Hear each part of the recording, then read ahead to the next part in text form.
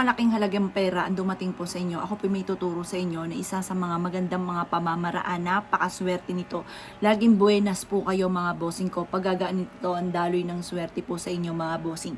Kayo mismo ay maa-amaze sa dami ng pera na darating sa inyo. Hindi ka na mamumblema sa pera. Hindi mo na kailangang mangutang, or kung mangungutang ka mga bossing ko, kayo po ay may siguradong pambayad. Hindi yung lagi ka na pe-pressure sa bawat buwan na bayarin yung nakatakda kang magbayad mga bossing. Ngayon pa mga bossing ko, masasabi ko lamang kailangan kung gagawa ka ng ganito, kayo po may 100% na paniniwala. Kailangan kung gagawa ka ng ganito, kayo mismo po mga bossing ko ay magpo-focus sa mga ginagawa ninyo at sa mga pangarap ninyo, mag-focus ka lamang. Kunyari pangarap nyo magkaroon ng maraming pera, yumaman. Kailangan ang focus nyo ay doon mga bossing at maniwala ka sa kakayahan po ninyo. At subukan nyo po itong gawin mga bossing ko at kayo mismo ay maa-amaze sa dami ng blessing na darating. Gawin nyo po ito ng Tuesday or Friday.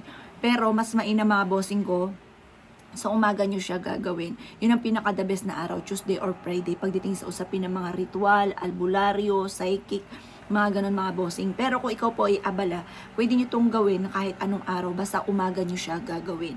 Or kaya kapag full moon, yun ang mga magagandang araw. Ngayon po mga bossing ko, kumuha po kayo ng bulak, malinis na bulak at bawang. At pagkatapos mga bossing, pagsasamahin niyo po ito. Tapos magwi-wish po kayo. Sabihin niyo sa pamamagitan na aking sipag at tiyaga at pananalig sa mahal na Panginoon,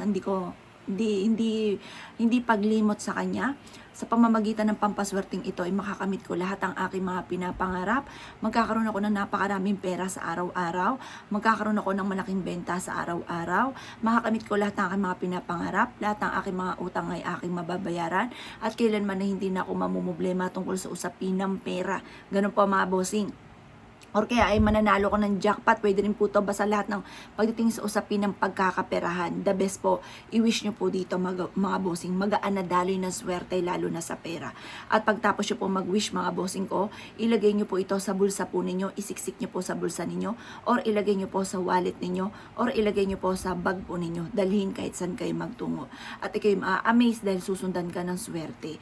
Yung ba tipo na dati-dati napakailap sa inyo na swerte, masipag ka naman, matyaga, pero lagi kang walang pera. Tapos yun po itong gawin mga bossing ko, kayo mismo ay maa-amaze sa dami-dami ng mga blessing na darating po sa inyo. Nagagawa mo yung mga bagay na hindi mo inaasahan na dito pala ikaw ay suswertin. Yung mga ganong sitwasyon mga bossing.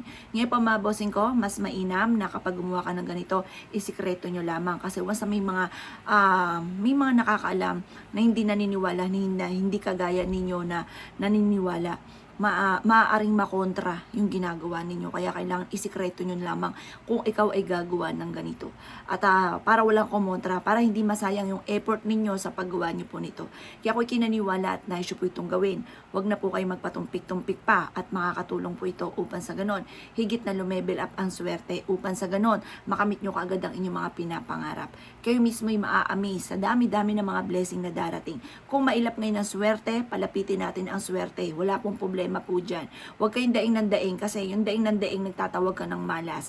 Mas nagiging mailap ang swerte. Kailangan mga bossing laging positive pa ng mga magaganda ang salitain. Kasi yun nga po ang salitain niya po yung nagaganap. Kaya kung ikay naniniwala at nais po itong gawin, ay siya mga boss.